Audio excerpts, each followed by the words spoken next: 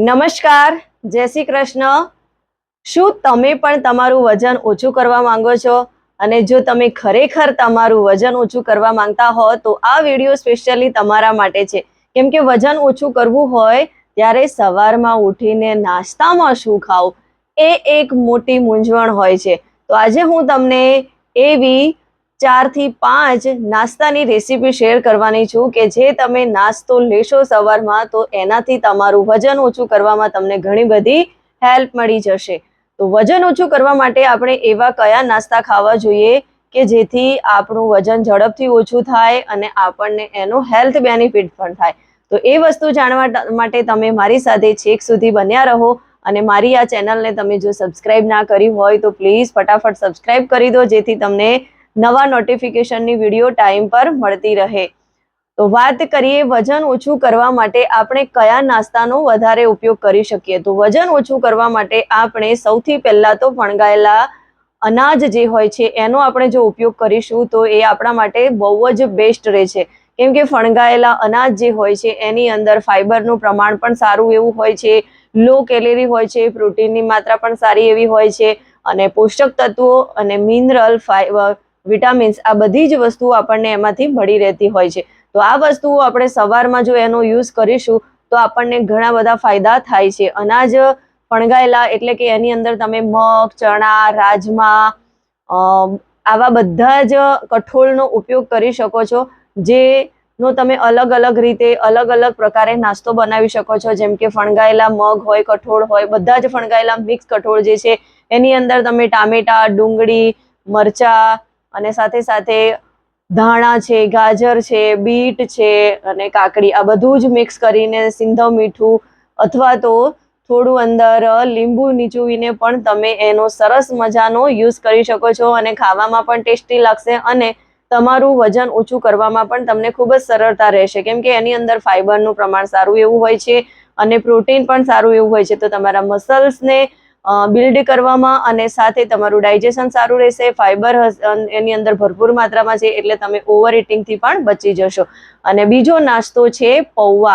પૌવા પણ એક healthy option છે અને પૌવાની અંદર 30% કરતાં પણ ઓછી કેલરી હોય છે એટલે પૌવાનો તમે યુઝ કરીશો તો પણ તમને સરળતાથી વજન ઓછું કરવામાં હેલ્પ મળી જશે। ડાયાબિટીસના મરીજો માટે પણ પૌવા જે છે એ બેસ્ટ ઓપ્શન છે। પૌવાની અંદર તમે બધા જ પ્રકારના શાકભાજીનો યુઝ કરી શકો છો। એવું નહીં કે પૌવા આપણે ખાઈએ છીએ તો પૌવાની અંદર આપણે બટાકા અને ડુંગળી જ યુઝ કરવી જોઈએ।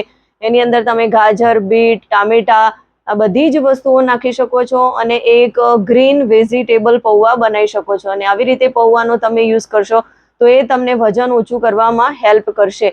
અને પૌવા જ્યારે આપણે ખાતા હોઈએ ત્યારે એને લિમિટ માત્રામાં ખાઈએ તો એ આપણા માટે વધારે બેનિફિટ વાળું રહેશે। પૌવાની અંદર પણ ફાઈબરનું પ્રમાણ સારું એવું હોય છે તો ફાઈબર આપણા શરીરમાં જઈને આપણને લાંબા સમય સુધી ભૂખ કંટ્રોલ કરવામાં હેલ્પ કરે છે। તો આપણે પૌવાનો પણ યુઝ કરી શકીએ છીએ। અને ત્રીજા નંબર પર છે મગના ચીલા। મગના ચીલા પણ ખૂબ જ ટેસ્ટી આપણે કંઈક એવો વેરાયટીબંધ નાસ્તો જોઈતો હોય કે મારે ટેસ્ટી કંઈક ખાવું છે, સ્પાઇસી ખાવું છે તો તમે મગના ચીલા બનાવી શકો છો। કેમ કે મગની દાળની અંદર ફોલેટ, મેગ્નેશિયમ, પોટેશિયમ, ફાઈબર અને પ્રોટીન અને સાથે સાથે ફોલેટની સાથે સાથે એમાં ઘણા બધા એવા વિટામિન્સ હોય છે કે વિટામિન સી, વિટામિન એ આવા બધા વિટામિન્સ પણ એમાંથી મળી રહેતા હોય છે। તો આપણે મગના ચીલાનો પણ ઉપયોગ કરી શકીએ છીએ। મગના ચીલા પણ આપણા માટે ખૂબ જ ફાયદાકારક છે। વજન ઓછું કરવા માટે પણ તમે એની હેલ્પ લઈ શકો છો। તો આ પણ એક બેસ્ટ નાસ્તો છે કે તેનો તમે સવારમાં યુઝ કરી શકો છો। અને બીજું છે દળિયા એટલે કે દલિયા, ઘઉંના ફાડા જે કહેવાય છે એ તો એની પણ તમે ખીચડી બનાવીને અથવા તો એની અલગ અલગ રેસીપી હોય છે એ પ્રમાણે તમે એને બનાવીને લઈ શકો છો। કેમ કે દલિયાની અંદર બહુ જ ફાઈબર આવેલું છે અને સાથે સાથે એની અંદર ઘણા બધા વિટામિન્સ અને મિનરલ પણ આવેલા છે। પણ સૌથી પહેલા તો દાળિયાની અંદર ફાઈબર વધારે હોવાના કારણે આપણા શરીરમાં જઈને આપણી ડાયજેશન પાવરને સારું બનાવે છે, પાચનશક્તિ મજબૂત કરે છે અને સાથે સાથે લો કેલેરી હોવાના કારણે આપણે એને લઈ શકીએ છીએ। અને ડાયાબિટીસ મરીઝ પણ એનો ઉપયોગ કરી શકે છે કેમ કે ડાયાબિટીસ માટે તો બેસ્ટ ઓપ્શન છે। જેટલું ફાઈબર વાળું ખોરાક વધારે લઈશું એટલું આપણું સુગર પણ કંટ્રોલ રહેશે અને ફેટ લેવલને પણ મેન્ટેન કરશે, ડાયજેશન પણ સારું કરશે।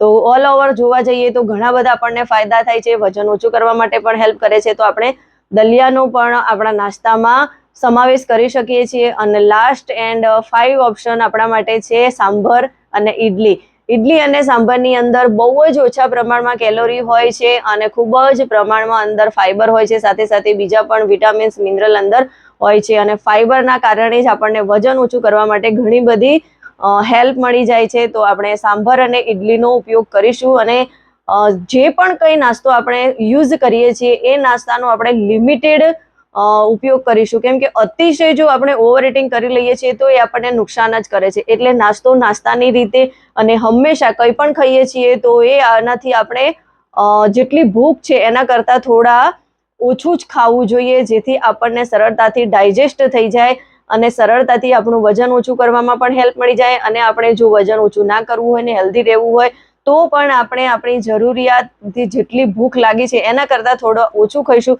તો આપણને ઘણો ફાયદો થવાનો છે. તો આ વાત હતી કે વજન ઓછું કરવા માટે આપણે એવા કયા નાસ્તાનો ઉપયોગ કરી શકીએ. અને આ બધી મેં જે વજન ઓછું કરવા માટે હેલ્ધી રેસીપી છે એની તમારી સામે વાત કરી. પણ જો તમે સ્પેશિયલી આ પણ જે કંઈ છે એ મારા અનુભવ મેં તમારી સામે શેર કર્યા છે. પણ તમારે કોઈ પણ વસ્તુ યુઝ કરતા પહેલા એક એક્સપર્ટની સલાહ લેવી ખૂબ જ જરૂરી છે, કેમ કે બધાની બોડી સેમ નથી હોતી. ઘણાને ચણા અને મગ ફણગાયેલા ખાય અથવા તો પલાળેલા ચણા આવું કંઈ ખાતા હોય છે તો એમને કંઈક અલગ પ્રોબ્લેમ થતો હોય છે બોડીમાં, એમનું બોડી એક્સેપ્ટ કરતું નથી. એટલે ઘણીવાર આવું થતું હોય છે કે બધાની બોડી ડિફરન્ટ હોય છે, એના કારણે કંઈક ને કંઈક ઇસ્યુ આવતા હોય છે. તો આ બધી જ વસ્તુઓનો યુઝ કરતા પહેલા તમારે એક એક્સપર્ટની સલાહ લેવી ખૂબ જ જરૂરી છે. અને એક્સપર્ટની સલાહ માટે તમે મારી પણ સલાહ લઈ શકો છો. મારી સાથે તમારો 1-to-1 કોલ બુક કરી શકો છો, કેમ કે હું પણ એક હેલ્થ, ફિટનેસ, ન્યુટ્રિશનિસ્ટ અને weight loss expert Daksha Patel, કેમ કે મેં ઘણા બધા લોકોને હેલ્ધી લાઈફ જીવવામાં મદદ કરી છે, ઘણા બધા લોકોને મેડિસિન ફ્રી લાઈફ જીવવામાં, એમની લાઈફસ્ટાઈલ ચેન્જ કરી છે, એમનું ખાવા પીવાનું ચેન્જ કરવામાં એમને ઘણી જ સારી રીતે મદદ કરી છે. તો તમે પણ આ ફાયદો લઈ શકો છો. બસ એના માટે તમારો 1-to-1 કોલ બુક કરાવો.